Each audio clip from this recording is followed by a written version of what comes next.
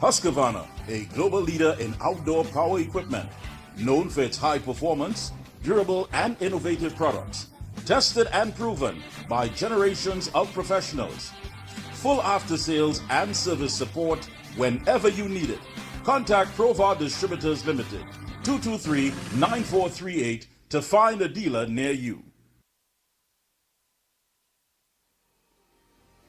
Dust from the Saharan desert, over 6,000 kilometres away, travels across the Atlantic to our little island, filling the air we breathe with tiny dust particles that can trigger an inflammatory response when inhaled into the lungs.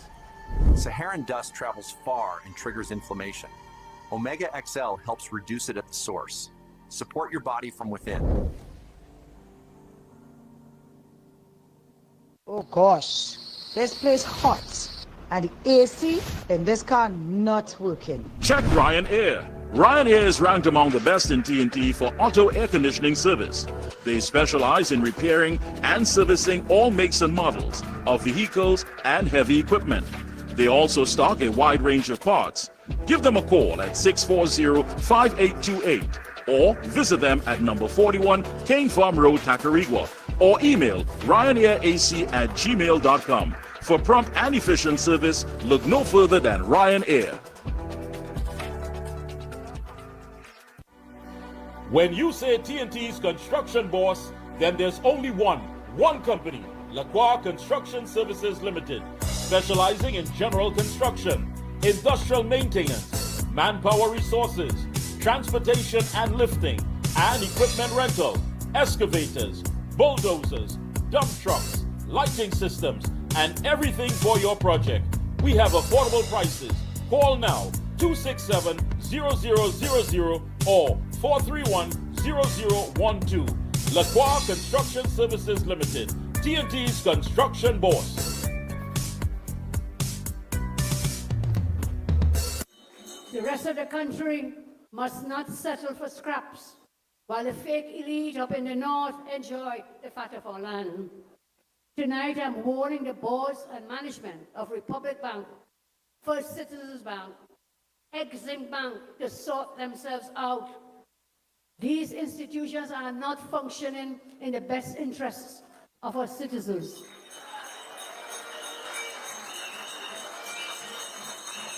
They operate in the interest of a few. Imagine this. This really happened. This is a true story. Imagine a 1%er walks into the office of Minister Jerry John. He comes in with a folder with paper. He puts the paper on the desk. And you know what is on that paper? Puts that paper and he tells her he wants land at Invaders Bay. He said he's getting a loan from Republic Bank to buy the land. Of course, at reduced discounted prices. And guess what? He's then getting a loan from the same Republic Bank to build a building. And then the same Republic Bank will rent the building from him to allow him to repay the loan and make a profit. This is a real story. That is what has been happening in secret behind closed doors under the former regime. Thank God you put us into office so we can expose them for their dealings.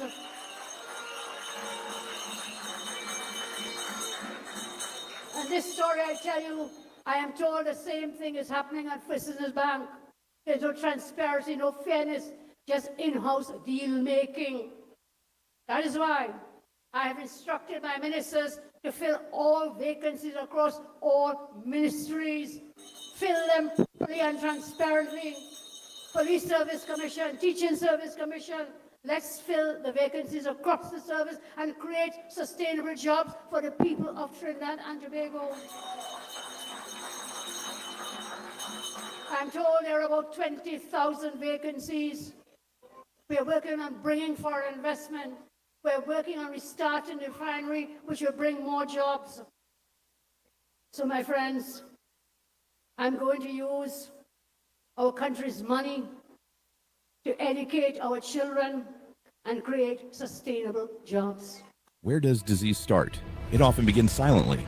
No pain, no symptoms, just inflammation quietly damaging your body. Our choices: food, stress, pollution, all feed inflammation.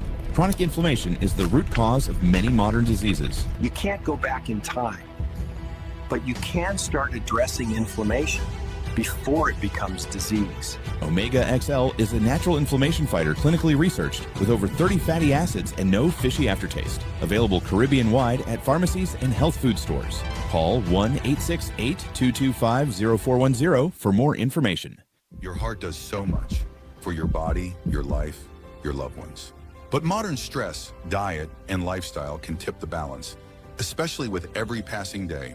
Heart XL delivers high-potency omega-7 palmitoleic acid from sustainable pollock oil to elevate HDL and support a healthy metabolism. Inflammation and low HDL put your heart at risk. Heart XL's omega-7 helps reduce C-reactive protein and support healthy HDL, keeping your heart strong. Heart XL, nourish your heart, sustain your life. All right, and thank you, Master Control. We are back. And of course, you did hear from the Monday Night Forum, Camden Coover, last Monday, the Honorable Prime Minister talking about that whole thing with the Republic Bank and what have you. It really and truly tells you quite a lot. Joining us is a lady who is no stranger to the Observer. Let me say a pleasant good evening to Minister of Rural Development and Local Government, the Honorable Khadija Amin. Good evening, ma'am. Good evening, Mickie, and it's wonderful to be with you and, of course, all your listeners. Thank you. First of all, I want to get this out of the way. We know that reports of being intimidated and threats coming out, I believe, from the fact of the freeze on the URP program. How are you? Are you keeping well? Are you that well? Doesn't affect my work, Mickie. It is what it is. But if we don't take a stance to do the right thing in this country, we'll continue to have millions of dollars going into wastage. You'll have very few people benefiting, more and more people suffering. And especially at the time when the PNM has mismanaged the country so badly and we have the revenue stream, there's a challenge. The money that we do have, while our government works on increasing revenue, we have to ensure that the money that we are spending is being used for the right purposes. It's reaching to those in need, and that we are helping real people. So somebody has to take the hard decision, and I applaud Kamala Persad-Bissessar for taking that stand, stating that for her government in terms of going in there and dealing with some of the issues. And I'll tell you, as we go along, we are seeing so much more and more of the mismanagement and poor decisions and things that affected people so badly. And when they're telling people tighten their belt, it wasn't because they didn't have, it was because what it had, they were sending to who they want to send and leaving out other people. And even their own people, their own supporters, their own constituency suffered in those areas that they considered UNC stronghold and UNC safe seat. Of course, they would have left out. But even in the PNM areas as well, they neglected them, they abused them. And the result, well, on the 28th of April, it happened. But I really must applaud Kamala Persad-Bissessar for saying, let us bring back efficiency in our government service, whether you're cutting grass or you're doing something else, and let us have value for money with whatever money we are spending. And do you think that her words would not really receive well because many people didn't understand? I mean, we're talking about a prime minister who is basically leading a socio-economic revolution by stating that, listen, I don't want citizens to be stagnant. I don't want you to just be placed in one area, but there has to be investment in human development, and not just for now, but for the long term as well. Do you think that some people are simply not getting it, or it has become a culture of comfort where people believe that these programs is a sort of God-given entitlement to them? No, I think, what happened over time, people got comfortable, yes, with easy money. But on the other hand, that is really the medium-sized fish. The people who were, for instance, a CPEP contractor would have been happy because they get a bigger piece of the pie than a person cutting grass. And quite frankly, there are a lot of people who are on the program CPEP, URP, afforestation, as ordinary employees who want to do something else, want to do something better. They don't mind cutting the grass, but let us talk about development of their own well-being, their training, their capacity to have meaningful employment that will contribute to the economy of the country on a more long-term basis. So there are people who have potential, who would like to go back to school, who would like to go and study, but they're stuck in these programs because that is what is available. You know, so, and they would like to do better, but this is what it have. And we have to provide for that. So yes, we have to cut grass, but that doesn't mean that you must keep your grass cutters mentally and emotionally, you know, in some kind of slavery. People are more than that. And you cannot be giving people that type of work and paying them what the Prime Minister calls starvation wages, because they work for minimum wage for 4 hours a day. And truly, each of them would like to do better. They have families, these people have families. So you're paying them these starvation wages, and then on the books, they are considered employed. When you do your data and you collect your census and things, these people are reflected as employed. And it gives to me a false impression of the unemployment numbers. Because even when somebody is working for that smaller salary, they could barely send their children to school sometimes. So I think what the Prime Minister wants to do is for us to have meaningful employment, but also meaningful jobs.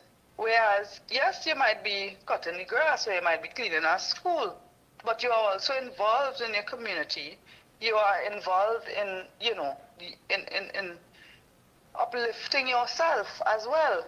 And that sense of pride is what we would want to have for our citizens. But I mean, there are many people who they hold on to the job because that is what they could get right now, but they have the potential and they have the ambition to do more.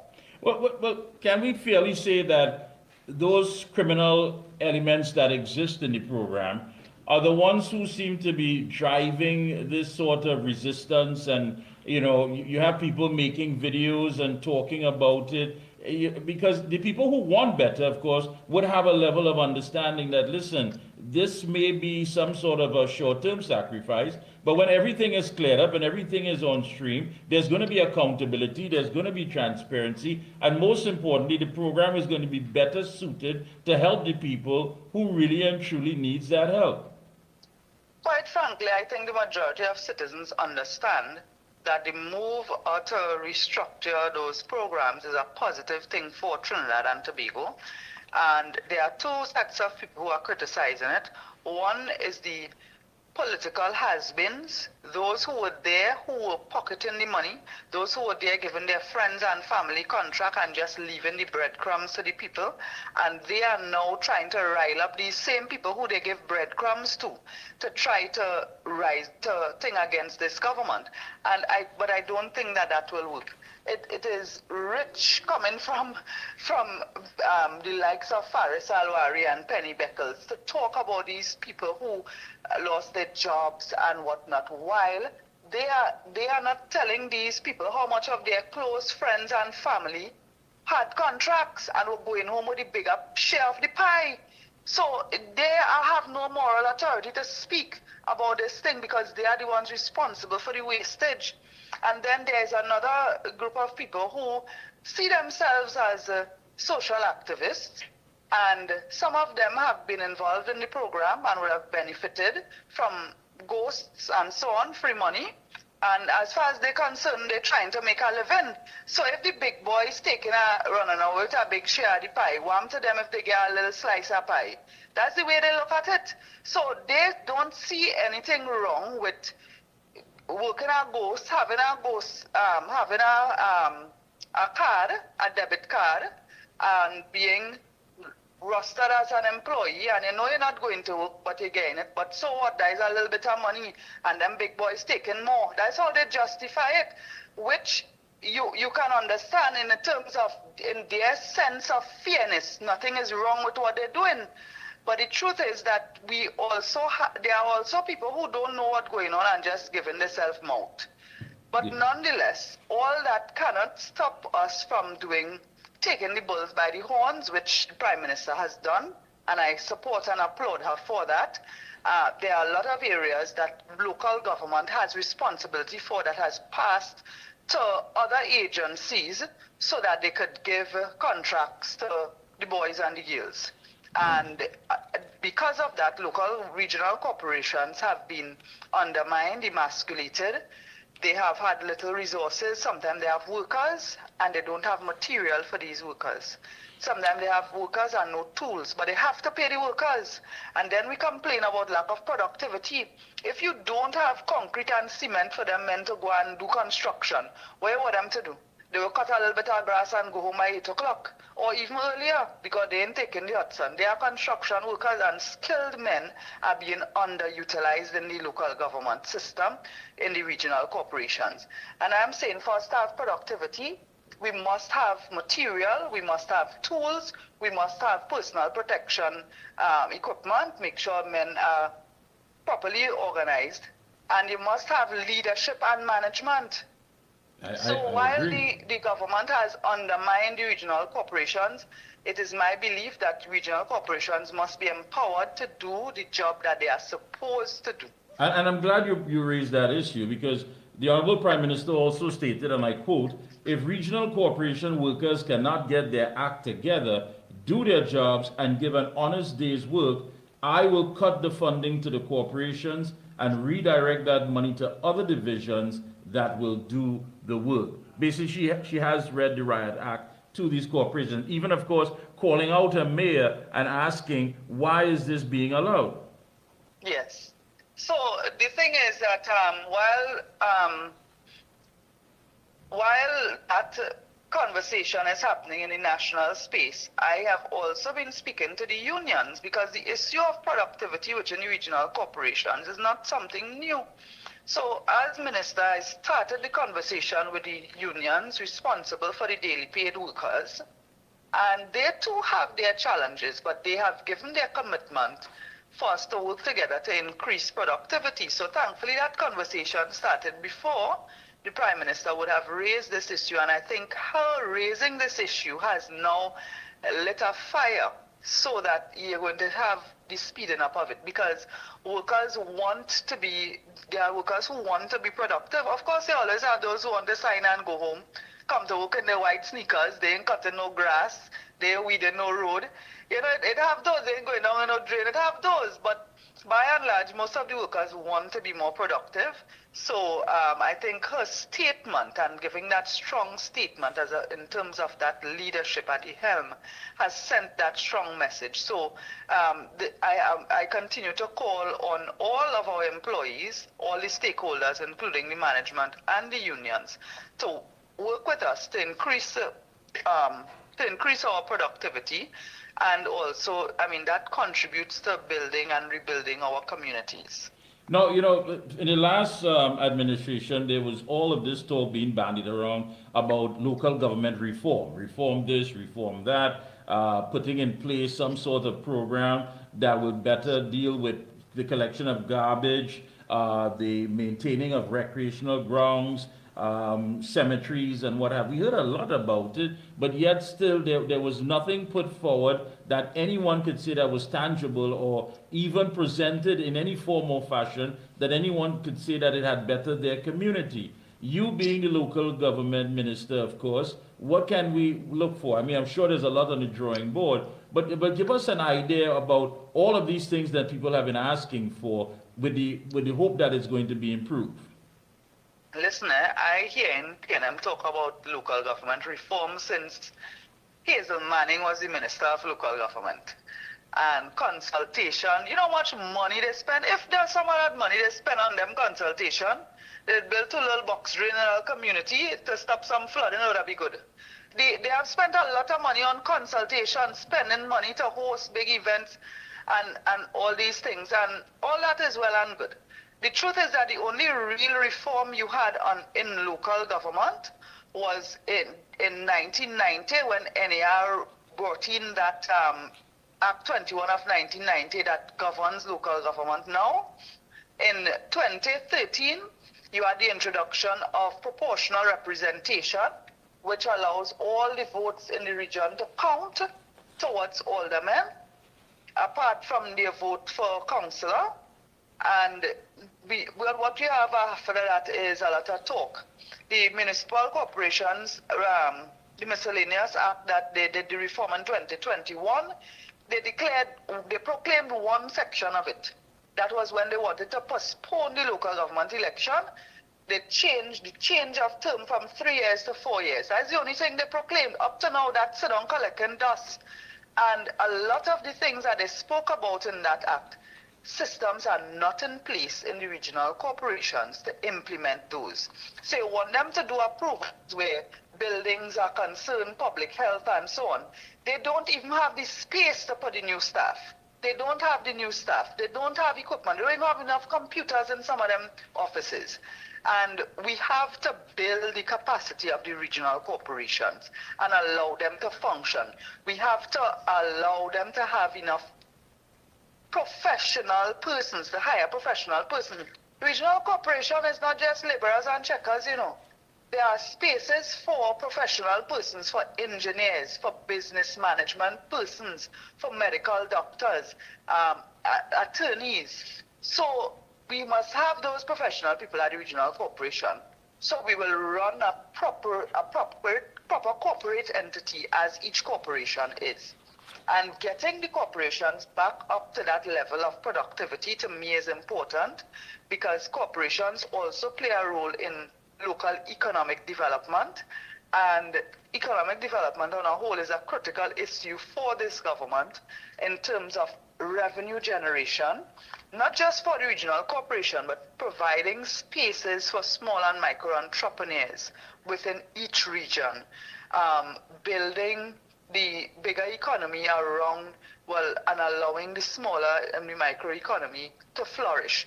To me, that is also an important mandate of local government. Local government also plays a role with, in terms of national security.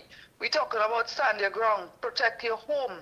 And we also have our policy in terms of standing your ground in your community, where you can have approval to have gated communities. So you want to keep your street safe, you want to restrict access from all kind of people coming in and out your street, you can do that legally. And all of that is part of local government feeding into the national mandate. So basically what you're saying, that all that was sold to us about these new policies and programs, there really and truly, there was no space, or there was really nothing that could have been offered by the last administration. It was a lot of mama guy, it was real mama guy, and the thing is, I mean, they did very little or nothing. So, I mean, you're talking about transformation, but you know what hurt me is, on the other hand, while you're talking about all these big dreams, nobody said, oh, dream big. But in the meanwhile, you're cutting off their foot. You're depriving them of funding that would, just for them to do their simple core functions, such as garbage collection, to have enough workers to go out there and clean the, not only our water courses, but if you think about all the public spaces, parks, recreation facilities, local tourist sites, all those are things that the corporation is responsible for cleaning and clearing, and they don't get to do it. They don't have equipment to go and clear the water courses that they need to clear to reduce flooding. So on one hand, you're talking about these grandiose plans. You want to make each corporation sound like utopia, but then what are you doing in terms of the practical thing when you cut off their funding? You have them, you reduce them to vagrancy. That's how I look at it. You have them begging, they have to beg somebody to them ULV machines to spray for mosquitoes. That's what they have reduced the corporations to, and thankfully many of our mayors and councillors have been resourceful in that way, getting to be able to stand with them and ordinary citizens. But the truth is that they have not been getting the resources and the guidance and the management that is required for them to really perform optimally. Now, it's been 100 days, plus 100 days plus. What can you say is some of your best, accomplishments in that short space of time? I think the major accomplishment we have is setting the tone in terms of performance in the regional corporation. We introduced with the heavy showers in the month of May, where we had that intense flood mitigation program, and we will continue that exercise to reduce flooding in the areas that we know have been flood prone.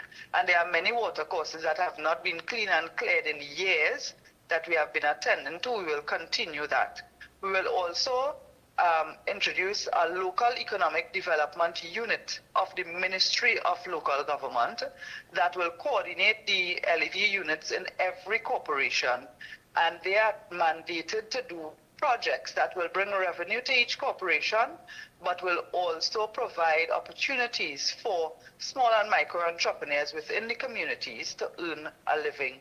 So that way we will begin to stimulate the local economy.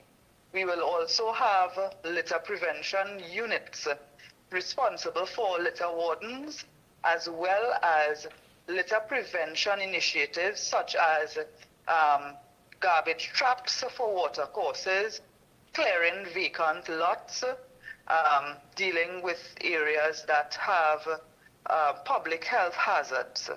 So that is the litter prevention unit. We will also, of course, be strengthening the corporation in terms of I have to say IT, computerization and so on, but building capacity in terms of having proper staffing to do what is required at the management level, and of course that provides jobs as well. So we will continue with these, but we also have, very interestingly, some security initiatives that works in tandem with the Ministry of Homeland, because keeping our communities safe also falls on the laps of the regional corporations. Right. Our recreation spaces must be available for mentoring and coaching programs that will keep young people off the streets, and we'll be working with the Ministry of Sports for that. The communities who wish to become gated communities to protect their homes from intruders will be able to do so with our new policies, which every regional corporation will have a step-by-step how to follow to give approval for that. And that will allow them to have that protection in their community, but also to allow all the public utilities and public resources to have access in a way that will not deprive the community of those things. So I'm very excited about that. That is part of the whole stand your ground move by this government, getting municipal police involved in our communities, but also getting communities involved with the authorities. When you mention the as far as the digitalization of the corporations, whatever, that's very important. I want to tell you, I think that there still needs to be some data that needs to be gathered, because there have been complaints from people who say that their property does not exist on the corporation map. And yes, you know what is, please so roads, there's a vesting order in each corporation, which is a document listing all the roads that fall under the corporation, all the recreation ground and open spaces and so on. So these public spaces have been vested in the corporation for the corporation to take care of. Some of these vesting orders are very old. They have to be updated. Some of these vesting orders would have been created before a road was fully established, and therefore that road is not recognized on the vesting order. And to me, having the vesting orders done over is a part of what we call our needs analysis, because we have been giving regional corporation money in a very arbitrary manner, and that is something I've discussed with the Prime Minister, and she has raised a lot of concern even in opposition, where there's this disparity in the funding to regional corporations. So some corporations get, when you calculate it, might be $1.08 per person for the region to do all the services, while other corporations get $10 plus per person, so that we use it a per capita check, right? But you can also check in terms of geography by kilometer. So there's no real method in terms of how you give how much funds to each regional corporation. And revising the vesting order will inform us how many kilometers of roads, of drainage, how many recreation facilities, parks, cemeteries, so that we will know the manpower requirement, and that also feeds into the employment aspect and the productivity aspect of it. So we have already started working on that, where our chairman and mayors, so there's an HR side, but there's also the civil side, where they're going to, you literally need to measure how many kilometers of roads fall in each region, and list all the bridges, the wooden bridges, the concrete bridges that are broken, and so on. So that will allow us, as I say, to say how many people we need. We can't just say we want to hire more labor and hire them and send them out to do the same thing, and then people will complain that they're weeding grass that's not there, when we do have a lot of work for them to do. So I've spoken to the unions about this. I've been speaking to our councillors and mayors about this, and this is an exercise that is long, long overdue, first, so that every person who has a public roadway should get it on the vesting order. However, there are going to be private roads. There are roads that fall within private developments, and sometimes people, they take a development, they don't develop the roads, and they sell the land and then leave the roads not developed, and the residents, people who buy the land, they are now going to the corporation. And those errant developers has always been an issue for regional corporations. When there's a private development, it is not the corporation's responsibility to develop. The corporation is to maintain. So a developer should develop his road, sell his land, and when it's handed over to the corporation, then it will be in the vesting order. But so we have a lot of now orphaned roads and so on. But we will deal with those. I'm not very concerned. We have to do it in a systematic way.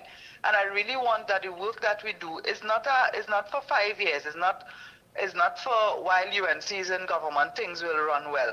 We have to put proper systems in place so that it will run better, because local government has been so badly treated over the last few years. Yes, it has. We really have to bring it out of that state of disrepair. It has. All right. Anything on the bulletin board for the constituency? Any events? I think I saw something with emancipation. Anything happening? What's going on? Yeah, yesterday we had a big, nice emancipation celebration in Oropun Gardens. It was wonderful, well attended. And of course, Professor Selwyn Kojo was our featured speaker, but we also had Mr. Wayne Sturge. We had the the Parliamentary Secretary in the Ministry of Culture, Dr. Ruth Narayan, brought greetings from the Ministry of Culture. Barbara Burke was there, and then we ended it off with a nice rhythm section, and people just come out and vibes, and we had authentic African food and things. So we have a committee, and I must commend them for that emancipation celebration.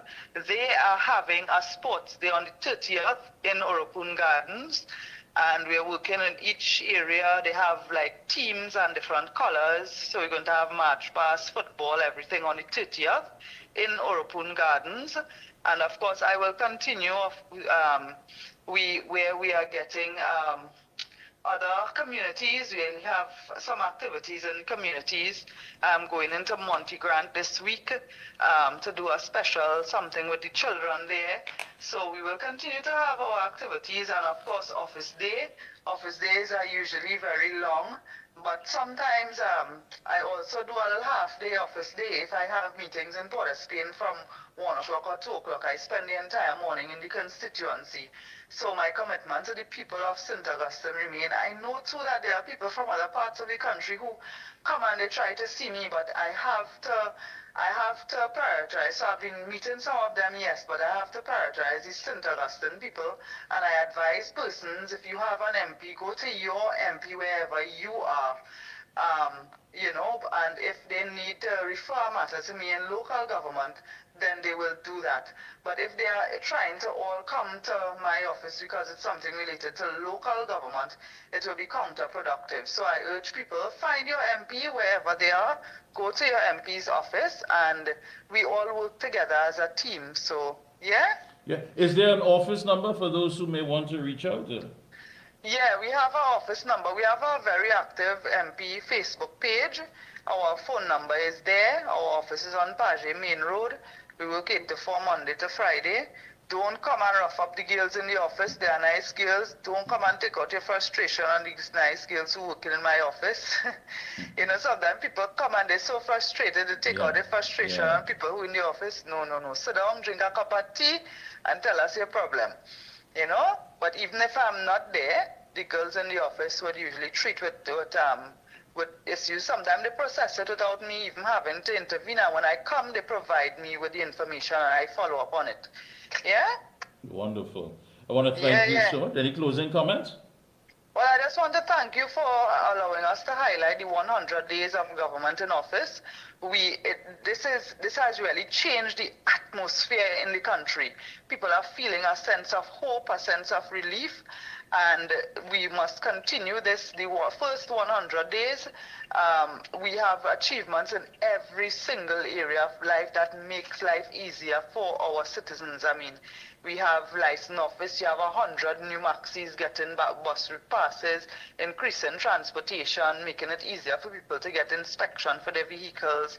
In terms of trade and the economy, there are so many initiatives. You have ExxonMobil signing this deep water thing with Trinidad and Tobago that will bring revenue to our country.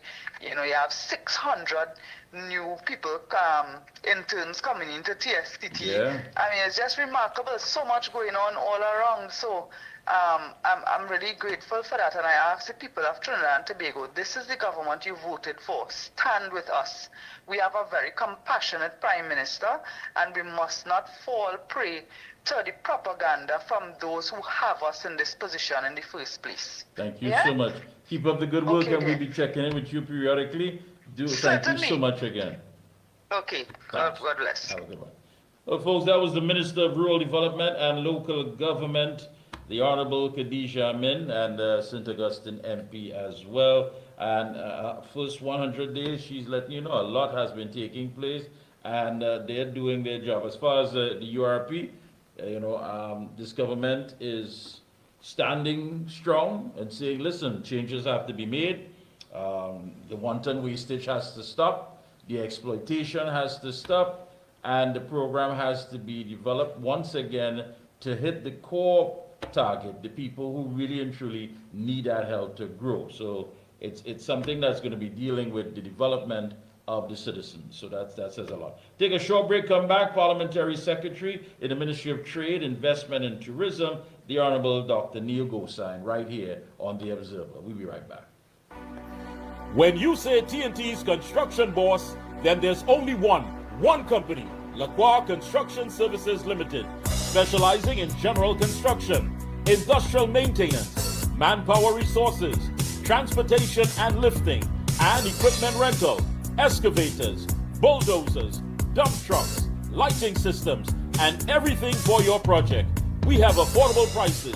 Call now 267-0000 or 431-0012. Lacroix Construction Services Limited, TNT's construction boss. Where does disease start? It often begins silently. No pain, no symptoms, just inflammation quietly damaging your body. Our choices, food, stress, pollution, all feed inflammation. Chronic inflammation is the root cause of many modern diseases. You can't go back in time, but you can start addressing inflammation before it becomes disease. Omega XL is a natural inflammation fighter clinically researched with over 30 fatty acids and no fishy aftertaste. Available Caribbean-wide at pharmacies and health food stores. Call 1-868-225-0410 for more information. Your heart does so much for your body, your life, your loved ones. But modern stress, diet, and lifestyle can tip the balance, especially with every passing day.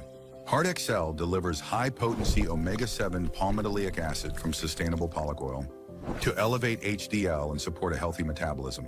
Inflammation and low HDL put your heart at risk. Heart XL's omega-7 helps reduce C-reactive protein and support healthy HDL, keeping your heart strong. Heart XL, nourish your heart, sustain your life. Is high blood sugar the root cause of diabetes? Most people think high blood sugar is the problem. The truth, it's inflammation. Insulin resistance is the root cause of diabetes. Reducing that inflammation is key. Omega XL is a natural option. Not fish oil, but a patented green-lipped muscle extractor with over 30 fatty acids, including EPA and DHA. Clinically studied, backed by over 30 years of research. Stay tuned. Omega XL. Power your health. For all top quality and affordable. And we are back. Thank you so much, Master Control. We are back. Folks, right here on The Observer. And joining us is a man who is no stranger to this program. Let me say a pleasant good evening to Parliamentary Secretary in the Ministry of Trade, Investment and Tourism, the Honorable Dr. Neil Gosine. Good evening, sir. Good evening, Mickie. I love your program. Thank you. Thank you so much. And it's a pleasure to have you on. I know it's Sunday, but you know, we have to get the information out to the people. So we're on every Sunday now from 5 p.m. to 7 p.m. And I had your colleague on, I don't know if you heard, the Minister of Rural Development and Local Government, the Honorable Khadija Amin. Yes, I was listening. Excellent indeed. First 100 days, Dr. Gosine, you got in there. As a matter of fact, I had an opportunity to visit you and Minister Maharaj, and I must say you guys are very busy. It's like, you know, as one team walks out, another team comes in. How has it been? Because I get the impression that absolutely nothing much was going on prior to this administration coming in, and you're actually meeting people who are saying, listen, I've been here several times, I spoke to the former minister, I spoke to this one, nothing was getting off the ground, but now you seem to be, you and of course the minister, very accommodating and more than willing to work with those people who want to get their business going. Please share with us. Yes, that's the general sentiment that before nothing was happening, we take the view of seeing everyone and listening and being very proactive. In fact, we have seen over 250 people already, you being one of them. And we looked at key investors and key projects. I can name a couple to give you an example. Sure. For example, we are looking at a company that came in recently and bought up, well, they've been knocking on the door for about 3 years now. They bought up the Asa Metal plant and they're trying to revamp the iron and steel manufacturing in Trinidad and Tobago, which consists of $130 million investment, 800 in jobs in construction, another 500 to add once operational. We are looking also at a solar glass plant out of China, which is supposed to bring about $200 million in investment and another 1,200 jobs. We are also looking at a manufacturing plant for converting brown sugar to white sugar and an ethanol facility. They already have, this consists of they will not need any power or gas itself. They will need power, of course, but not gas from NGC. So this one looks like it could be get going very soon. So what I would say is that in the last 100 days, we have looked at several things. One of them is, again, for global trade expansion. We have signed an agreement with Chile, a partial scope agreement. We have done a port community system which integrates customs and BizLink. That is the BizLink out of our ministry to cut clearance time for goods. We are looking at direct airlift between Piarco and Accra. We have had bilateral talks with Ghana. we are looking at trade missions and export fair to Accra with small to medium-sized business and to access their market. We are looking to propose a duty-free trade with Ghana, expanding towards CARICOM, ECOWAS, and an African agreement, which gives us a potential market of 1.3 billion people, which is tremendous, Mickie. Yeah. We are looking at a transatlantic trade hub linking Latin America and the Caribbean with Africa. We are actually looking, and we have been working with the Ministry of Transport as well. And we are looking at a direct flight from DR, Dominican Republic, and Trinidad and Tobago, and that is Aerojet. This is all to expand agriculture. This is all to expand, tourism and cultural development in Trinidad and Tobago, a sharing of minds. We have been looking at, and this is a project that is ongoing and should be, it has already started and it should be completed in the next year or so, which is a Maracas Hotel uplift. It's a private investor that has bought the Maracas Hotel. They invested about $80 million, and it's we are dealing with it from the tourism side. One of our plans that we are very excited about and was mentioned in the UNC manifesto is a carnival city. So we are planning a carnival city to be built either in Port of Spain or wherever we could allocate the land. A steering committee has been formed with the IDB, and cultural icons are involved. It should include a UNESCO World Heritage Status certificate.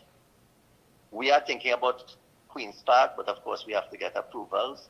And what we are thinking about there for a carnival city is an all year round carnival city where tourists and people of Trinidad and Tobago can go and actually see how they make mask, bending of the iron, learn to play pan, sample the various foods of Trinidad and Tobago all year round, and visit the fashion of carnival itself, and also calypso and soca mona competitions. So that is something that we are really looking for to boost the tourism. Well, I can say this for sure, and I'm sure many people who are locked on can say that you've been working along with the minister. You have been working, and this is something that I think brings a lot of information that people have not realized. That you see, and that's the thing. These things are not on the headlines, or they're not some narrative that is being created so people could understand. I mean, you're talking about, for example, just one venture, 800 jobs. And I mean, that's basically what we want to hear. We want to make sure that when these things are here and available, that the citizens benefit. And there's also a training that there's going to go along to help people who want to get involved. You spoke about tourism, and I know that you mentioned something recently in the newspaper about the Maracas beach chair vendors to be regularized soon. You said the management of the vendors, all the vendors on the beach fall under the Ministry of Works, however, but there's no formal contract between the vendors and the Urban Development Company, which is UDICOT.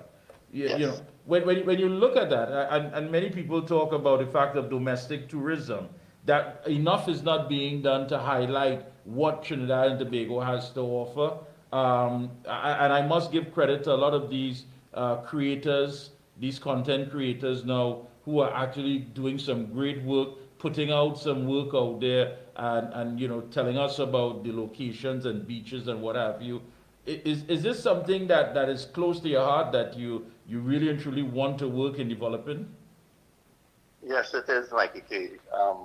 And I must say that my minister is also very supportive, very hardworking. He reaches very early in the morning. I have to match the time he reaches the office, 8 a.m., and most of the time we don't leave the office until 8 p.m. He's very supportive of all these projects. He comes up with some brilliant ideas, and I support him completely. yes, the Maracas situation is close to my heart, and it's also close to Philip Alexander's heart and Wayne Sturge. And we all met there last week, Wednesday, where we viewed what was going on the beach.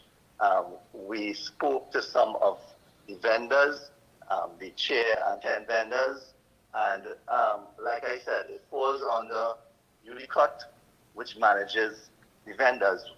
The beach itself falls under tourism, which falls under our ministry. Right. So this is something we are looking at to regularize and to really make sure that it is that companies and young people that are involved in the tent rental and chairs actually have a proper company. They follow the steps properly, and it makes the beach going for the visitors a much better experience, where they will have a spot. If they want, they could go and get the chairs, but it wouldn't block up a normal bather that will come, or a visitor that just wants to sit on the beach with their family and have a picnic and enjoy the view of the ocean, or bathe in the ocean. This is something that has, if you go there now, you will see how much chairs and tents that are spread across the beach, and it actually blocks people. And we want to really see that this is done in a more orderly manner now.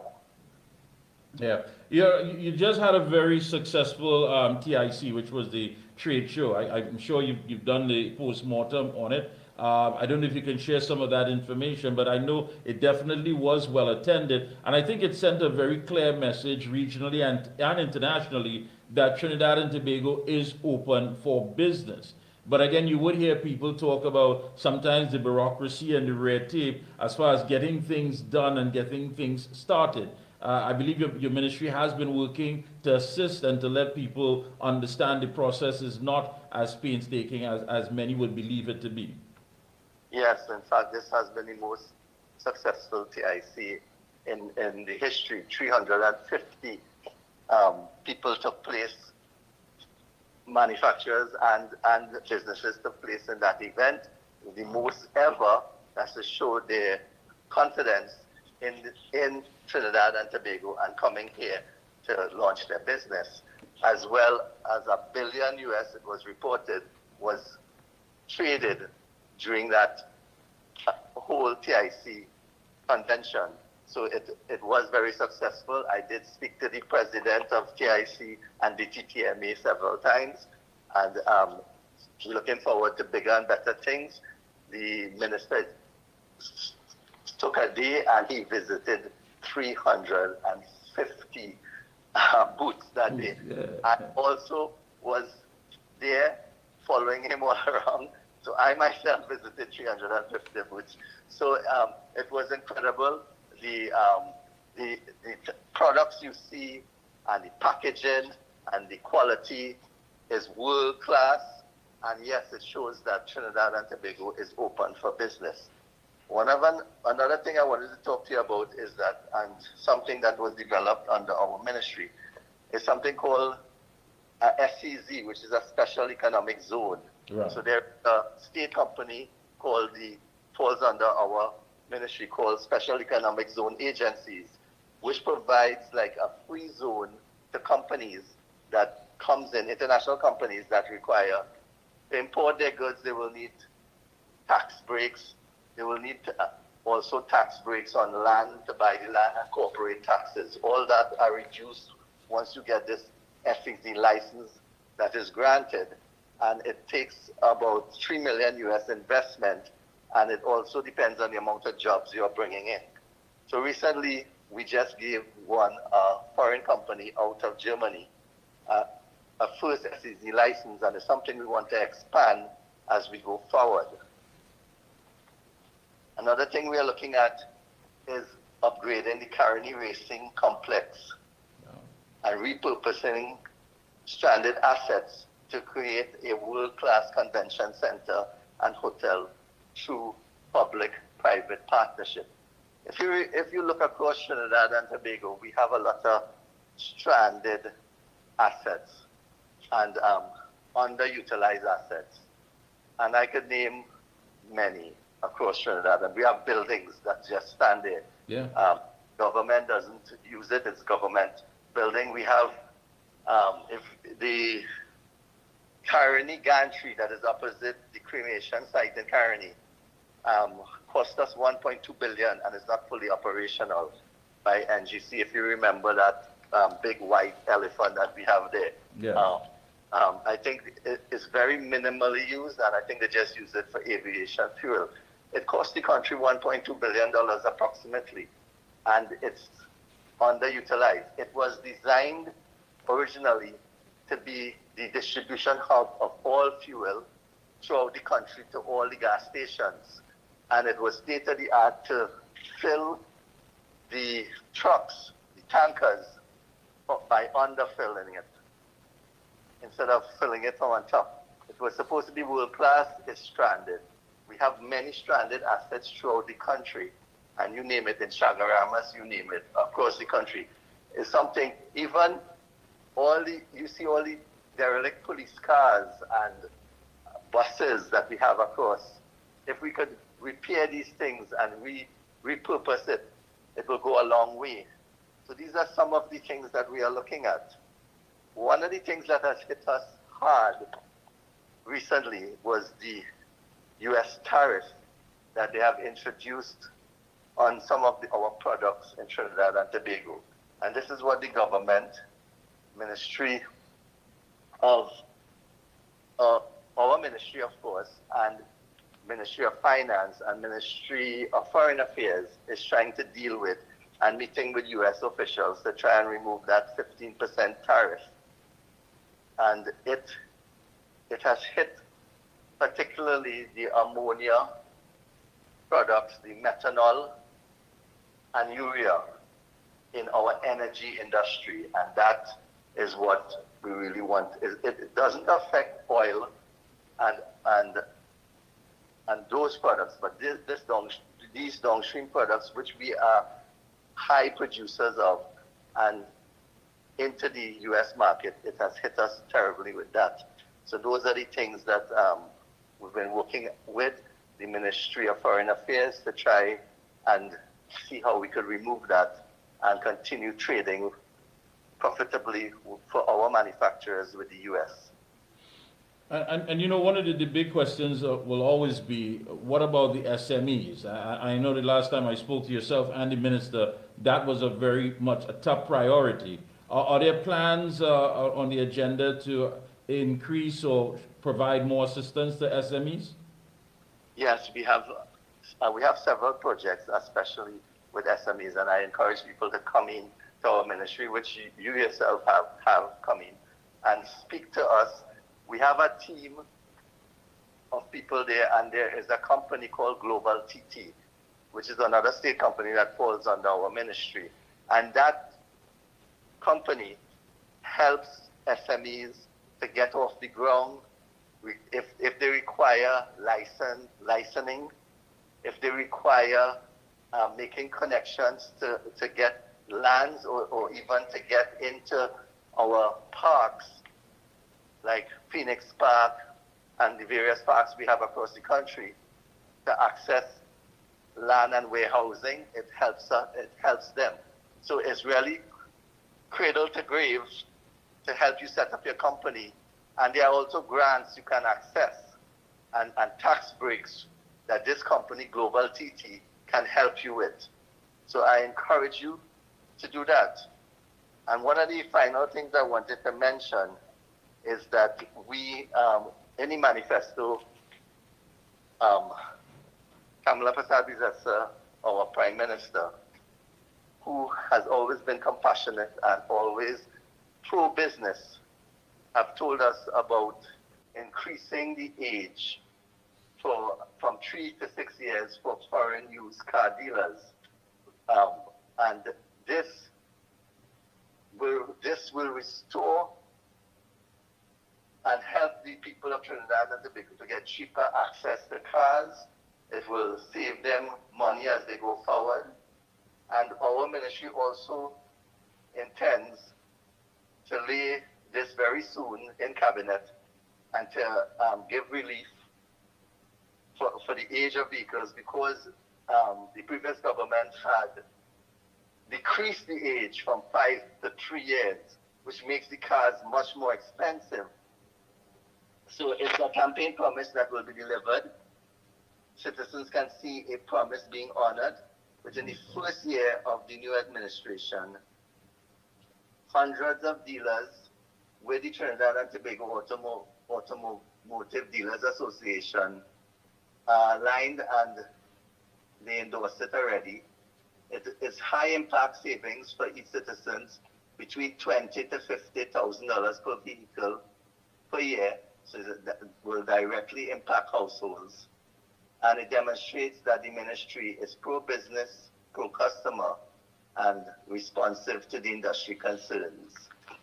Wonderful. So that we want to complete very soon, within the next month, and make sure it's rolled out. And let me ask you again, Global TT, that entity, do they walk through the entire process with you from A to Z exactly? Let's just say you're looking for property to do renewable energy or recycling, as the case may be. Will they be able to assist you along those lines? Yes, of course, there will be. And there's also e-tech as well, so that falls under us. So they will link you to other companies, state companies, and they will help walk you through what you require with, let's say, the Ministry of Finance, or what you require for licensing, or what you require in other areas and other ministries. So that company will help you develop your investment. That is what it is there for. Wonderful. Well, I must say you've been working. The entire government has been working, and that's the thing about it. And any closing comments? No, I just want to say that we are happy to have a change in government, of course, and to be under this administration and under the leadership of Kamala Prasad-Bissessar. And yes, we have a hard taskmaster, and we are working. We want to continue to work. And with my ministry, my line minister, and with leadership with Kamala Prasad-Bissessar, we will make a difference, and we will make Trinidad and Tobago strong again. All right. Thank you, Dr. Gosine, for taking time out and enlightening us this evening. A lot of information, a lot of vital and crucial information, and I know that the listening public is going to just be so excited knowing that these things are on the drawing board, and many of them, of course, are just about ready to start operating. So again, hats off to you, and we expect, of course, to hear more as we go along. I'll be checking in with you periodically, and again, thank you so much for taking time out and sharing this information with us. Thank you for having me so much, Mike. It's a pleasure. Thank you so much. Bye-bye. So there you go, folks, the Parliamentary Secretary in the Ministry of Trade, Investment and Tourism, the Honorable Dr. Neil Gosine. Look at that, the ArcelorMittal plant. Somebody is taking a large investment, 800 jobs. A solar glass plant out of China, an ethanol facility. You're talking about flights directly from the DR, Dominican Republic. For those of you who don't know, the Dominican Republic has come up as one of the top tourism spots, especially for those folks in North America and of course in Europe. That the DR is a very popular spot at this time. He spoke about the Maracas Hotel uplift, something I know that Errol Fabian is going to be happy about, the Carnival City, and they're already looking at the funding from the IDB. We talked about domestic tourism, what's going on with Maracas, the Caroni Racing Complex, and making it quite clear that Trinidad and Tobago is open for business. And those foreign used cars, 3 to 6 years. So a lot is taking place, and that Global TT can walk you through the process as well. So things are happening. You don't see them on the headlines. Whatever is negative, you don't see it, of course, across social media. You'll see people making videos and they're cussing and they're talking and they're bad talking or what have you. Why? Because they can't have access to free money anymore. They can't have it their way anymore. They can't have people, they can't exploit people anymore. So they're upset. And they have a problem. But the government is working, and that's the fact, and you can't take that away from it. And it was a pleasure hearing from Dr. Neil Gosine on this matter. Short break. When we come back, we're talking to consumer rights advocate Mr. Trevor Hostin, what is going on with these banks, and he is going to share some of these stories. And of course, you heard the Honorable Prime Minister at the last Monday night report. Master Control, run it again for us, please, where she spoke about the banks, and it makes you wonder, how come the average citizen doesn't have that kind of privilege? We'll be right back. The rest of the country must not settle for scraps, while the fake elite up in the north enjoy the fat of our land. Tonight I'm warning the boards and management of Republic Bank, First Citizens Bank, Exim Bank to sort themselves out. These institutions are not functioning in the best interests of our citizens.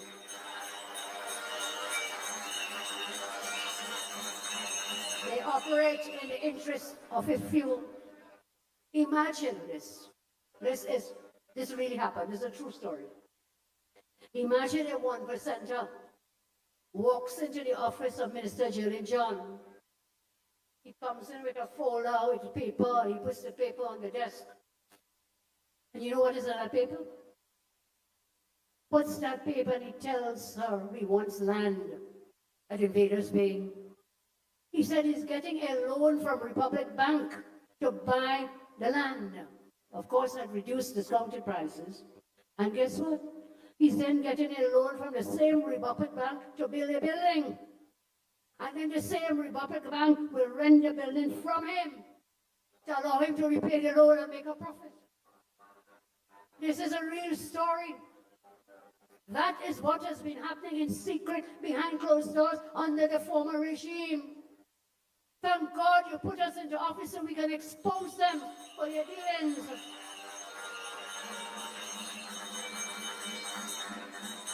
And this story, I tell you, I am told the same thing is happening at First Citizens Bank. There's no transparency, no fairness, just in-house deal making. That is why I have instructed my ministers to fill all vacancies across all ministries. Fill them fully and transparently. Police Service Commission, Teaching Service Commission. Let's fill the vacancies across the service and create sustainable jobs for the people of Trinidad and Tobago. I'm told there are about 20,000 vacancies. We're working on bringing foreign investment. We're working on restarting the refinery, which will bring more jobs. So, my friends, I'm going to use our country's money to educate our children and create sustainable jobs. That's right, educate the children and citizens to get sustainable jobs.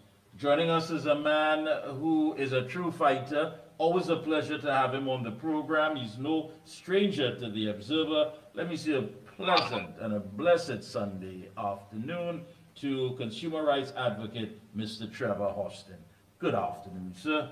A pleasant good afternoon to you. Thank you so much for having me in the program again. Thank you very much. Yes, indeed. Well, I just played the clip there with the Honorable Prime Minister talking about, you know, someone going and getting a loan. And then, of course, to build a building and rent out the building to the same bank that they've obtained the loan from. You know, when you look at it, Trevor, I mean, I just to read part here of veteran journalist Ken Ali. He says, predators still in paradise. Banks oppressive fees and charges. In October 2002, the prestigious Time magazine carried a startling expose of commercial bank greed in Trinidad and Tobago under the headline, Predators in Paradise. Time told the story of corporate fraud worth hundreds of millions of dollars and merchant banker, our friend Vet Sierram, relentless campaign for fair play and justice. And notably, the daily press never reported on Sierram's crusade. Apart from letters from aggrieved customers, the daily newspapers have never highlighted the erroneous charges, even as banks' profits sailed to historic levels. And we know the operations. I mean, you know as well, Trevor. I mean, who else could take a piece of squatting land and turn it agriculture, then turn it homestead, then turn it domestic, and then turn it commercial. And before you know it, a large-scale mall is being built, and peppercorn rates when it comes to taxes. And they get away with it. Now we have a prime minister who is saying, listen, hold up. I am asking for equity across the board, and I am going to lead a new socio-economic revolution in Trinidad and Tobago. Is it needed? Is it too late? What can we expect? It's never too late. And I admire this prime minister we have here because she operates in a way where she feels the pain of the masses. It is not a case like in the old regime, it's all about me and me and me alone. I admire this prime minister, and I know she's going to put all out where possible to make sure that we live in a different society to that which we have become accustomed to. And you're so right. And let me just share this information with the people, and of course, you coming on here. The Minister of Finance, Minister of Finance, Devendarat Tanku, said he plans to meet with the banking sector in response to yet another reduction in the US dollar spending limit on credit cards. This time, Republic Bank has imposed another cut on its spending limits, its third cut since 2021. On August 15th, Republic Bank announced it will reduce its maximum US dollar spending limit per billing cycle to US $2,500. This will be a 50% reduction from its current spending limit of US $5,000. Right.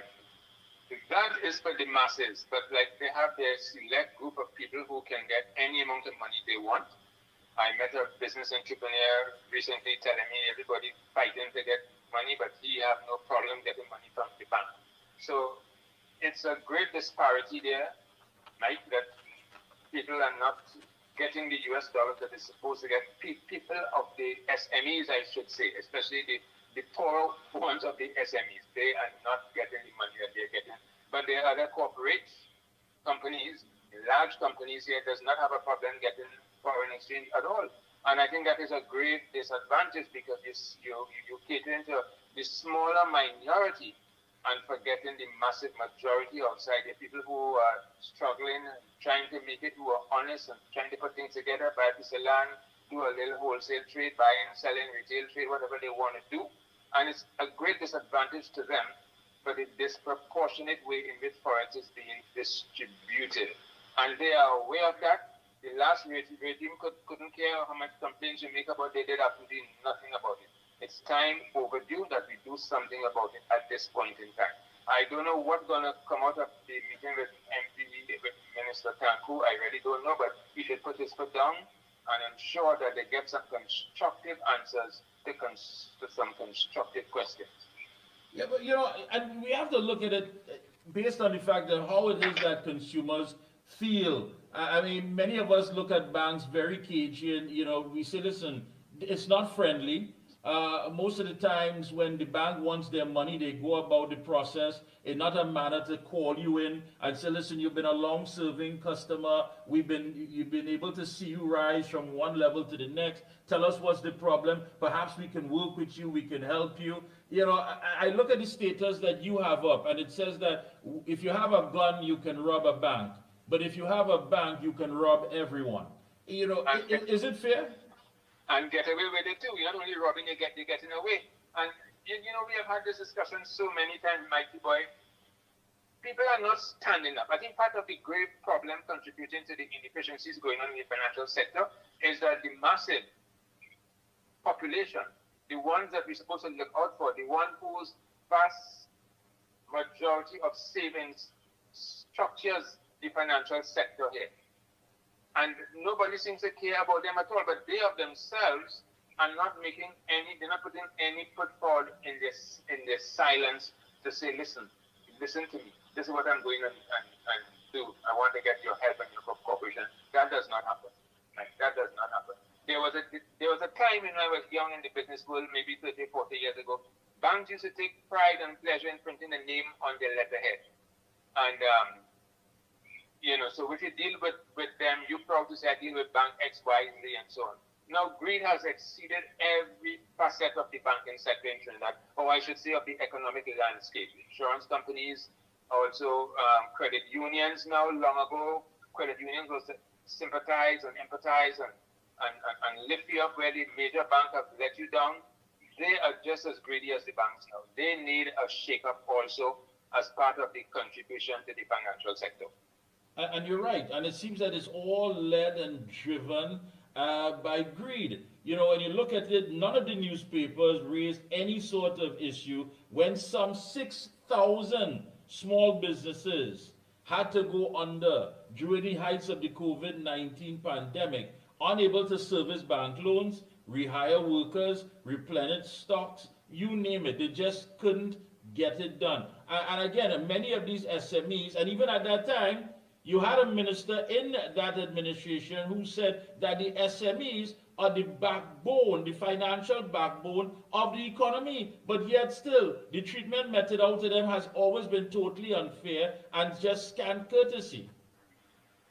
Absolutely, absolutely, absolutely. I think part of the problem too, where greed is concerned, is that a lot of shareholders they would not come out publicly and complain about the bank. Because when I was very active in my consumerism, not one will come out, and for the very mere reason that, listen, they want their dividends. They don't care what it costs to get their dividends, what disenfranchisement they will have with the society, who's going to get upset. They just stay quiet, let the bank actually steal from the masses, roll it over and roll it over and roll it over, and they do nothing about it. The newspapers who has not highlighted the iconic Time magazine saying predators in paradise, they are shareholders. And sometimes they are on the same board. They are the same fraternity, more or less, just as the banking executives are one with the governor of the central bank and so on. That is how the system operates. It's a club. We are in the club. We are well secured. The top men of the financial sector, their salaries $1.2 to $2.3 million a year. You understand? They have company car, they have company home, they have everything at their disposal. But they are, in order for them to stay on their high horses, this is what they have to do. Keep as quiet as possible, but they are all of one fraternity. And you did mention, of course, it really and truly is important to have the proper leadership, someone at the helm who understands that the pain that the masses are going through. Because at the heights of that COVID pandemic, the then Prime Minister never called in these banks, these institutions and said, listen, I want you to do better. I want you to understand that there needs to be some sort of relief when it comes to credit card deferrals, small business support, no early withdrawal penalties, and you name it, overdraft fees and what have you. As a matter of fact, at that time, one opposition member had stood up and said, listen, look what they're doing in Barbados. And that individual was ridiculed and said, if you don't like it here, then go live in Barbados. But Mia Motley said she called in the banks and they were able to come to an agreement to make sure that the full brunt of that economic hammer didn't fall on her citizens. So again, it's very important, the person who is sitting at the helm of our affairs, to have an understanding what people go through at any given time with these institutions. That is why Mia is so well respected, highly loved all over the world. That is why she is in control of every single parliamentary seat her party has won on 2 consecutive terms compared to our predecessor Prime Minister here. You know, Mike, the main thing here, you know who props up the banking sector? The vast savings account of the vast majority, you know, that is, let's say, the 92% that the bank will take to lend to the 4%, the 5%, even the 1%. At better terms, better conditions, that sort of stuff. But unless I've been calling about banks since I was more heavy in consumerism for the last 30 years. Nothing has been done. Nothing has been done. I got the banking ombudsman, I got the bankruptcy act. We need a bankruptcy act. You know, another hindrance to successful entrepreneurs is this long-time thing where you have not paid your rent in the mall, you're going through financial problems. They're going to put an ad in the papers by, you know, they will soon put a soon ad in the papers for you saying that you're in arrears and they have shut down your business for lack of funds. These are long-time things. These are long-time things. They just had one out on a company I know very well. They have been in Twin City Mall for 42 years, and they got into financial difficulty like many before them. And you don't do this kind of thing to embarrass people, and that is why a bankruptcy protection is so important. I have to write the AG about it because I got that banking ombudsman from Patrick Manning, who I asked for it. I got it immediately, but it's sitting on the shelf somewhere. I have to make some time and revert to the AG and say, listen, you need to bring this thing forward. If we have, and you have heard me say this, if we had the bankruptcy in operation today, CLICO would have been around today. My dear friend Lawrence would have been around today. The economy would have been stronger today. And let me throw a little bit of racism inside here. If Osteo Pandey was in power, the economy would have been better, CLICO would have been saved. If Kamla was in power at full control at that point in time for the duration of the bankruptcy or the forced bankruptcy, Lawrence Dubé would have been around today, healthy as ever. He would have gone through a little turmoil, rise back up. But if you look at the Commission of Inquiry, Mikey, there's not one negative thing said about Lawrence Dubé. That's right. That's right. There's not one negative thing. He has not done anything that any major company in the United States has failed to do or has done because they've got government support. And our only support is to go and sink you one time. And these are the issues. I'm not straying from the point, but these are part of the destructive issues that is keeping the SMEs from thriving, keeping mainly the African population from prospering. There are a lot of things we need to look at, and I'm glad that this Prime Minister is taking the steps that she's taking right now. And I agree with you, Trevor, 100%. The question has to be, why can't we have transparency and fairness? Why? I mean, why is it that we can't go and shop around and say, listen, what are your interest rates? What are you offering? If I leave money in an account, are you just going to go ahead and take it out interest rates to the point that, you know, there's a service fee, there's a service charge? What are you offering me on overdrafts? All of these things. You know, and this whole perception that you want to sell to me that all the criminal elements wear their pants under the waist and they're walking around with guns. Listen, the true gangsters, the real gangsters are the ones who sit there in those AC rooms and have these meetings and at no time have a sense of compassion that the people that you're milking dry, that you're giving back nothing to them. Perhaps their corporate responsibility is to have a marathon or to have some fundraiser, but that does nothing for the people who are there ensuring that their money, their hard-earned savings, go into these institutions and they get absolutely nothing in return. As a matter of fact, I told somebody, I mean, the worst thing is if you even have to probate a will, because they will tell you, listen, you had to open a special account, and that would be a probate account. Now, it takes some time to open. If you think living is bad, try dying with these institutions. It's 100 times worse. When can we demand, and when is it that we can get fairness and transparency and equity across the board? We have to stop demanding now, Mike. We have to take greater action. We had a Prime Minister who said the poor have to support the rich. Not that the rich should support the poor and, you know, make loans easier for them, take them under the wings and show them, you know, successful methods that they have used that brought them to that pinnacle of success where they are right now. And I think I don't want to be radical or strong radical, but sometimes peace is necessary. Sometimes war is necessary to bring peace. And if they are milking us dry, why do we want to continue to take it? Why can't we shut down? Why can't we close down? We have called for enough meetings, enough conferences, enough this, enough that. But guess what? We are what they use for pawn broker lending. You want a car, we'll give the car as collateral. You want to buy a piece of land, the land is collateral. You want to take out a home, but we can give you the mortgage. If you don't pay, we take it back. But it's still like taking a risk on you. Every single state in the United States, all the banks are required to have small business loans. To tutor young people coming up in business, some from school, from college.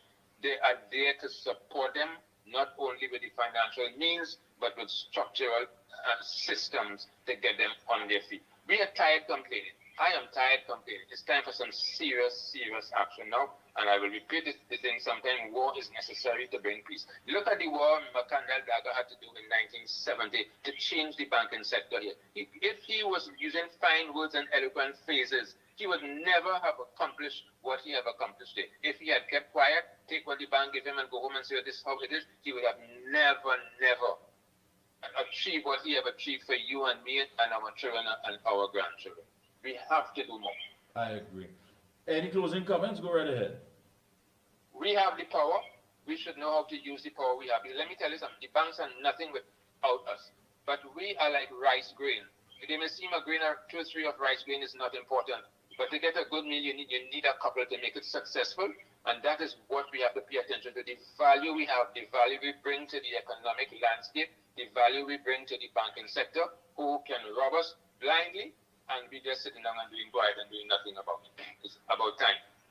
It's about time. Thank you so much again for taking time out to link with us this Sunday evening. Keep up the good work, and I will be checking in with you because this issue is, it keeps going on, and we are not tired. We are not fed up. We are going to highlight it, and I want to thank you for your courage and the fact that you're always there when I call upon you to deal with these issues and the interests of the people of Trinidad and Tobago. Thank you so much, my friend. Thank you, and I feel blessed having this particular Prime Minister here with a compassion for the poor. I feel a love and a concern for that at the moment. Thank you so much. Keep up the good work. Have a good one. Thank you. Bye-bye. Short break. We'll be right back. Where does disease start? It often begins silently. No pain, no symptoms, just inflammation quietly damaging your body. Our choice is food, stress, pollution, all feed inflammation. Chronic inflammation is the root cause of many modern diseases. You can't go back in time, but you can start addressing inflammation before it becomes disease. Omega XL is a natural inflammation fighter clinically researched with over 30 fatty acids and no fishy aftertaste. Available Caribbean-wide at pharmacies and health food stores. Call 1-868-225-0410 for more information. When you say TNT's construction boss, then there's only one company, Lacroix Construction Services Limited, specializing in general construction, industrial maintenance, manpower resources, transportation and lifting, and equipment rental, excavators, bulldozers, dump trucks, lighting systems, and everything for your project. We have affordable prices. Call now, 267-0000 or 431-0012. Lacroix Construction Services Limited, TNT's construction boss. Is high blood sugar the root cause of diabetes? Most people think high blood sugar is the problem. The truth, it's inflammation. Insulin resistance is the root cause of diabetes. Reducing that inflammation is key. Omega XL is a natural option. Not fish oil, but a patented, green-lipped muscle extractor with over 30 fatty acids, including EPA and DHA. Clinically studied, backed by over 30 years of research. Stay tuned. Omega XL. Power your health. For all top quality and affordable hardware supplies, no one beats Midland Hardware, located number 97 Eastern Main Road, Aruca. Midland stocks the #1 brands in hand tools, garden tools, water tanks, power washers, generators, water pumps, kitchen and bathroom faucets, along with face basins and toilet sets, blocks, lumber, steel, sand, gravel and topsoil. Also check out Midland for steel windows and assorted designs of metal curtain rods. Everything for home and business projects. Payments via links, credit cards, online payments, or cash on delivery. WhatsApp 327-7761 or call 646-2144. Open every day from 8 a.m. From foundation to finish, it's all at Midland. If you live with diabetes, your pancreas works overtime every single day. Between our rich foods and busy lives, chronic inflammation can sneak in, stressing the pancreas and raising the risk of complications. Over time, inflammation can damage these cells, making blood sugar harder to control. Protecting your pancreas from inflammation is a smart way to support healthy blood sugar management. Backed by science, Omega XL is a natural anti-inflammatory with over 30 free fatty acids, proven to help reduce inflammation at its source. Learn more online or ask your local pharmacist.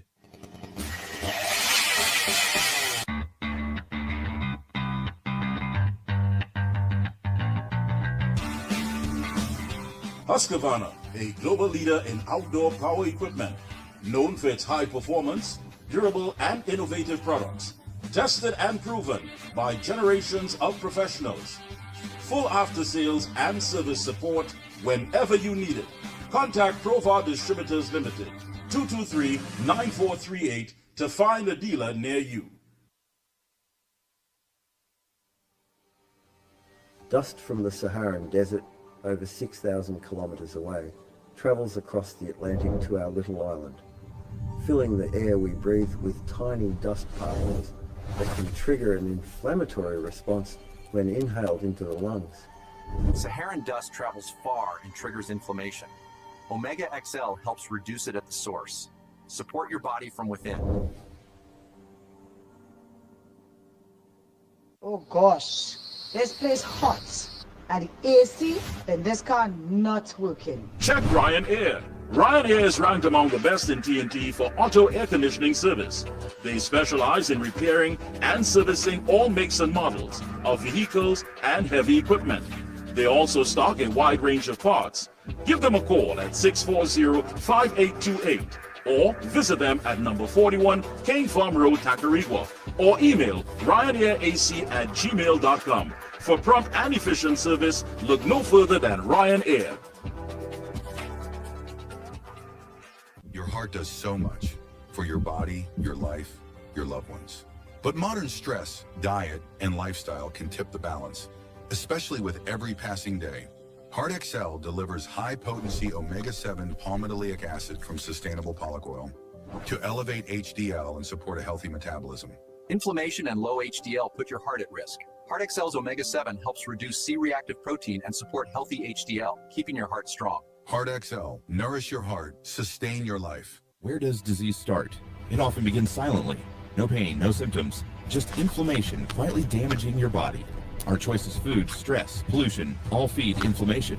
Chronic inflammation is the root cause of many modern diseases. You can't go back in time, but you can start addressing inflammation before it becomes disease. Omega XL is a natural inflammation fighter clinically researched with over 30 fatty acids and no fishy aftertaste. Available Caribbean-wide at pharmacies and health food stores. Call 1-868-225-0410 for more information.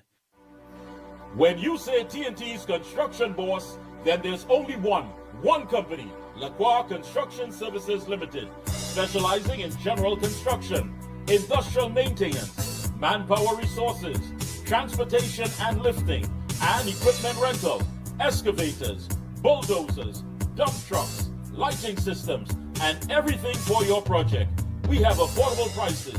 Call now, 267-0000 or 431-0012.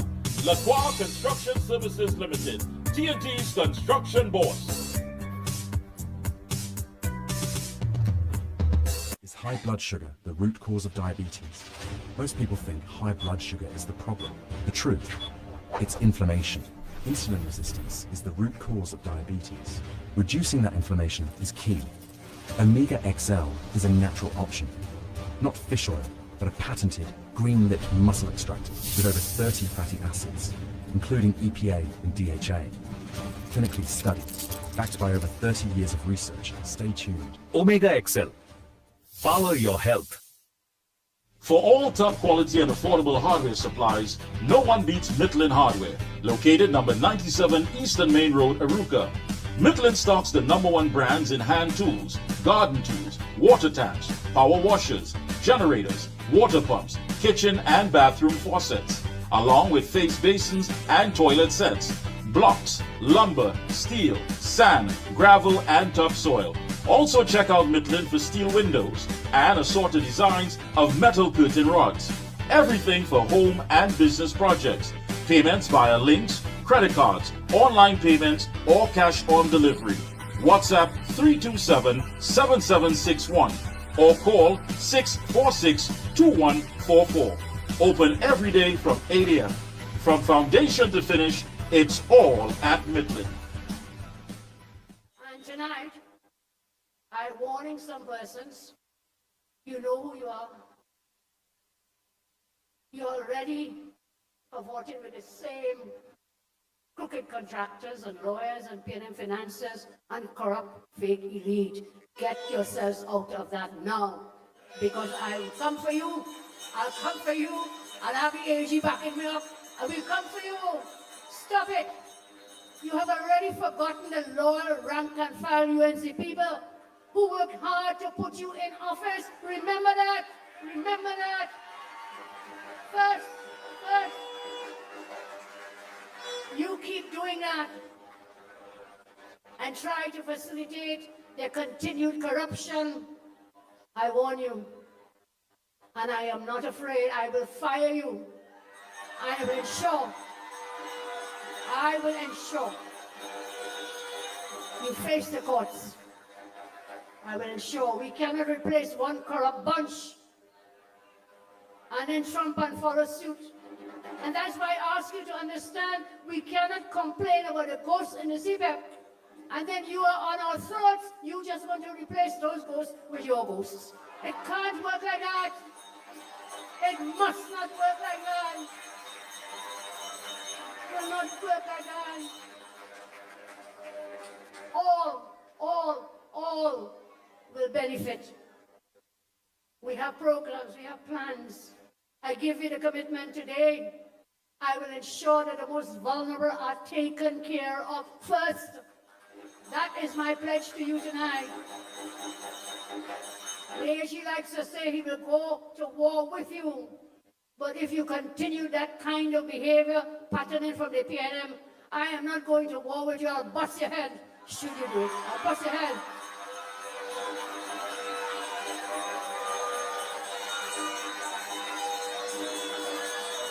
The UNC rank and file, and I, and many, worked too hard to put us back into government. For some people to be now favoring the same corrupt, eat-a-food fake elite. Lyman and Hyatt, Lyman some restaurant up in town, people would never sit at the same table with you. You are now seen in Port of Spain, sitting at those tables. Learn your lessons. They will carry you, but they will not bring you back.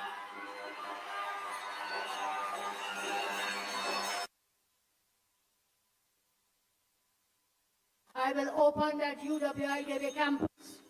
We together will open that campus so more of our children will have access to tertiary level education at affordable prices, all the way from the South Peninsula down in La Brea and Point 14 on the southeast coast coming down. They can all converge at that DB campus and don't have to come up and take spaces at St. Augustine. Let the people up on the corridor here and in the north, they will have more spaces opening to them at St. Augustine. So that the south and central people can come down to the South DB campus. We will get it done for 10 years. Out of spite, malice, wickedness, I can't find the right words. You kept that university shut. It was about 95% complete, shut down for 10 years. I tell you, the money that we make, we'll use it for laptops. I commit again today, your children will get their laptop when school reopens. I know many of you are worrying about school books. Well, let me tell you something. Yes, books are very important. The Minister of Education says they have a program. The MPs and councillors are working to help you with your books and so on. But you see that laptop? It's not just going to be a laptop to play the games that Mr. Sturge told us about. What was it? Name some of those games they play. Minecraft and blah, blah, blah. Okay. We are going to put real craft, not Minecraft, into those laptops so that the need for the books will not be as tremendous as it appears to be. You're going to get, Minister of Education is working on it, Dr. Dowlat, you're going to get work, school work on those laptops. You will be online. You will be amongst the world's best educated children. So never fear, because Kabla is here. That's right. Never fear. Never fear. Folks, at this point, we did, of course, have the Minister of Culture and Community Development, the Honorable Michelle Benjamin. She wanted to do the interview, but she's not 100%. I told her, get some rest.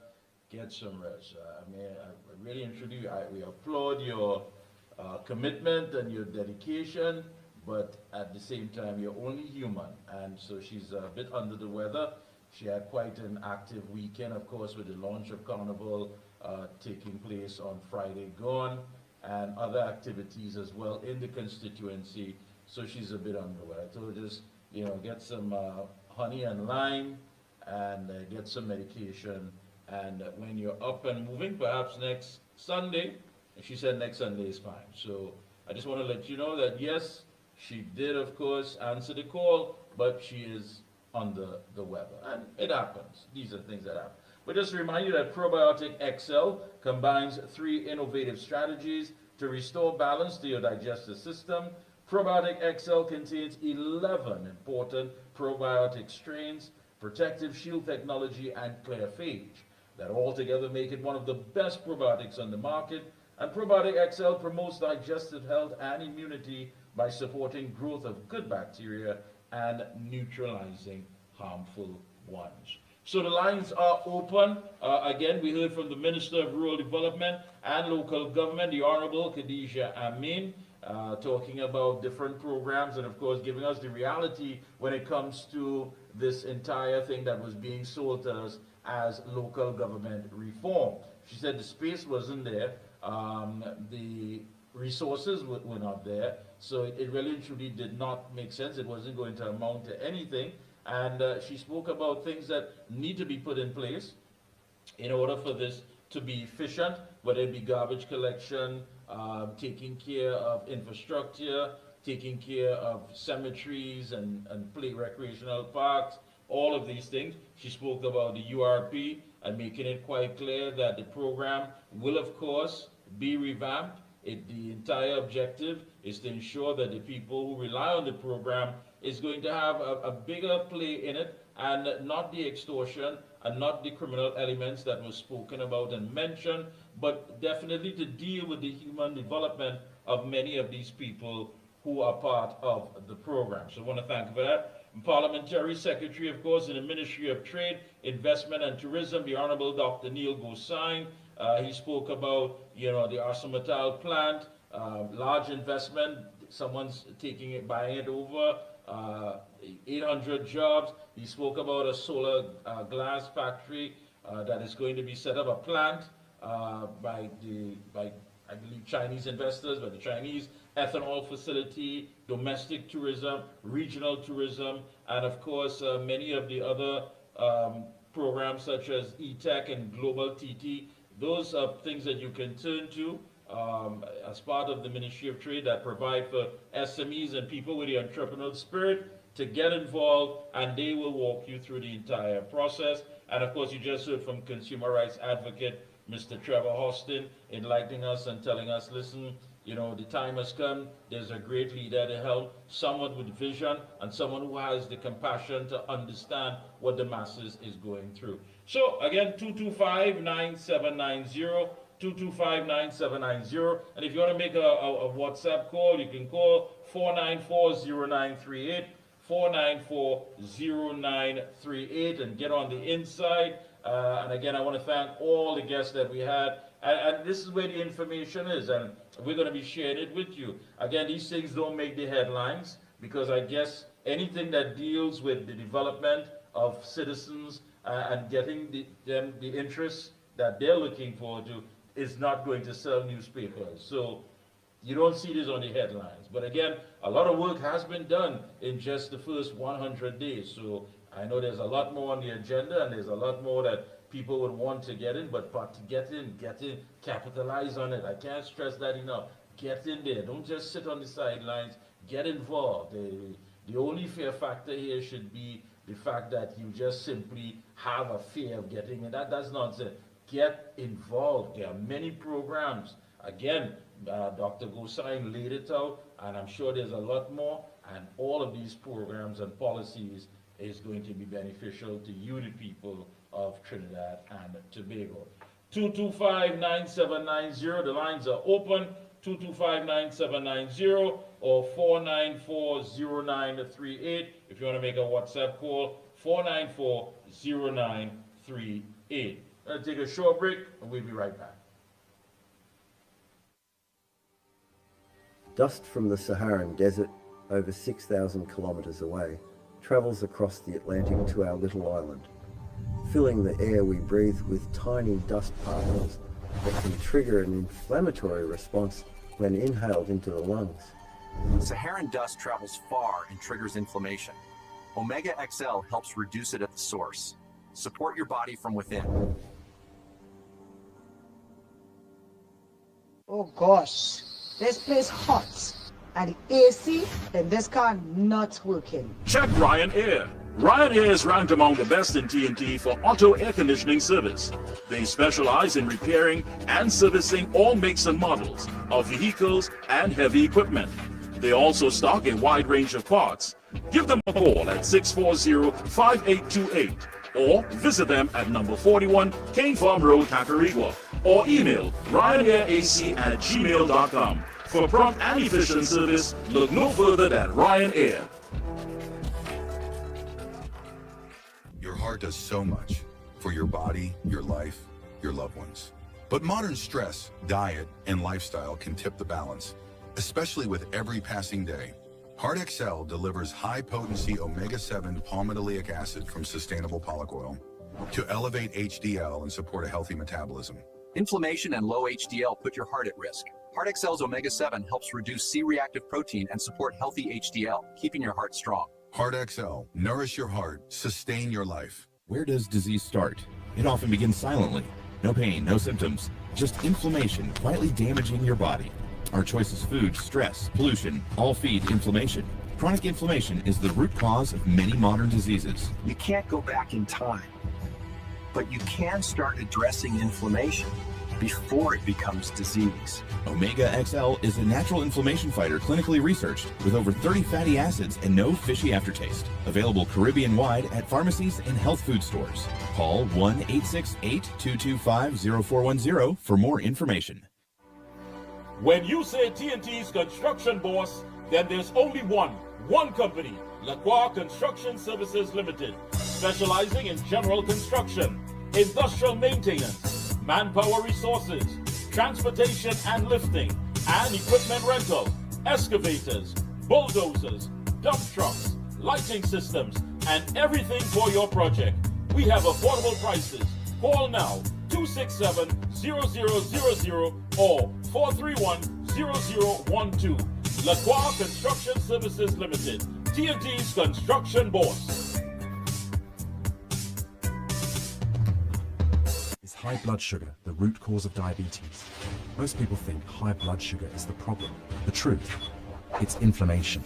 Insulin resistance is the root cause of diabetes. Reducing that inflammation is key. Omega XL is a natural option.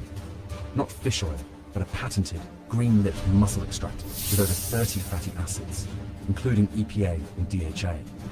Clinically studied, backed by over 30 years of research. Stay tuned. Omega XL. Power your health.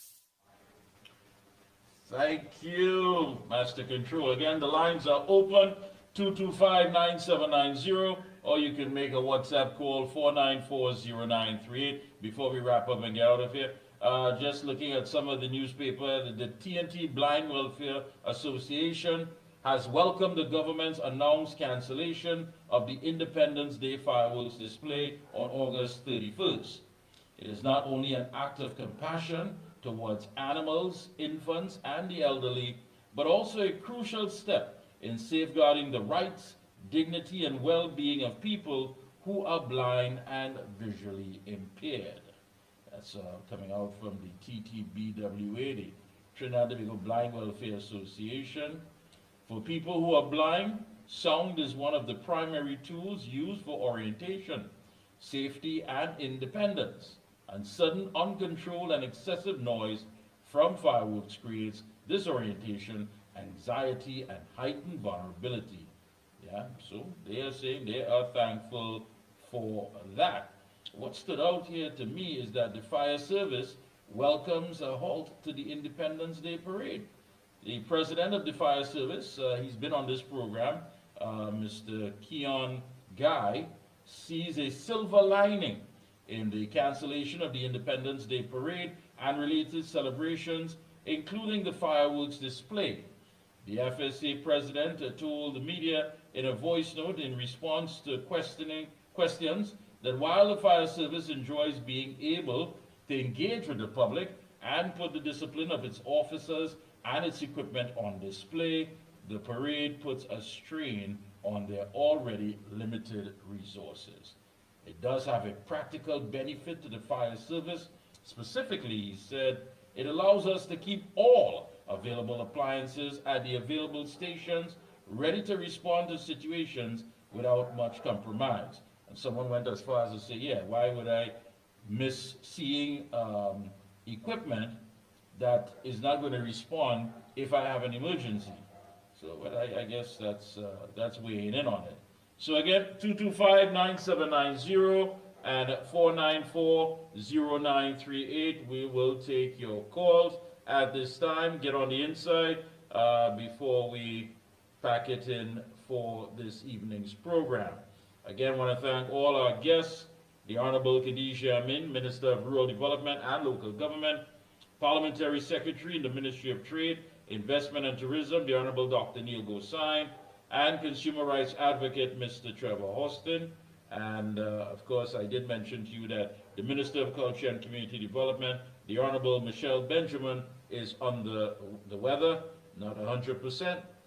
She was very much wanted to come through, but I said, just, if you're not feeling well, just get some rest, and we will, of course, reschedule. So, again, 494-0938 and 225-9790.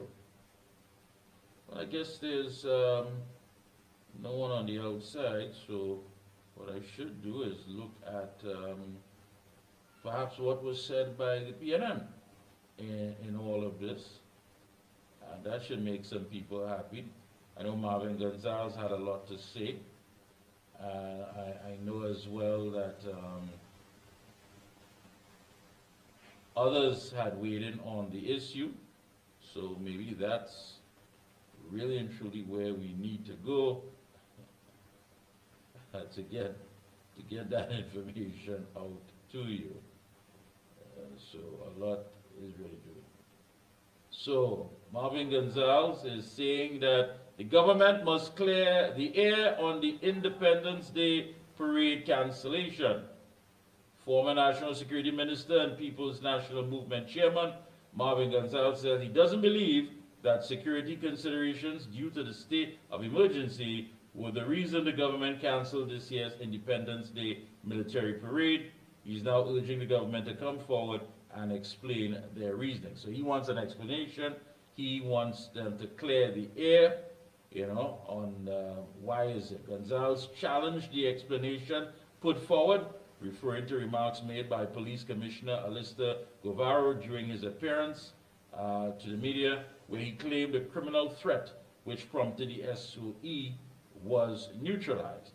So he accused the government of using the SOE as a reason to cancel the parade to conceal the real reason, which he speculated could be due to poor coordination or financial issues. Well, Marvin, one has to ask the question, if you're talking about financial issues, who drained the treasury and where the money gone? So there you have it, folks.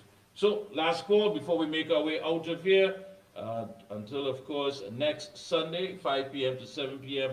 right here on Guile, and of course Real Media TT, Tigo, Facebook, YouTube.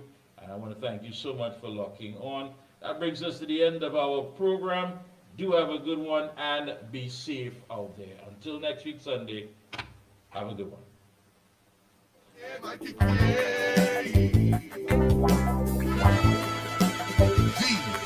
Observer. Mickie, Kerr, Mickie, Kerr, Mickie, Kerr, Mickie, Kerr.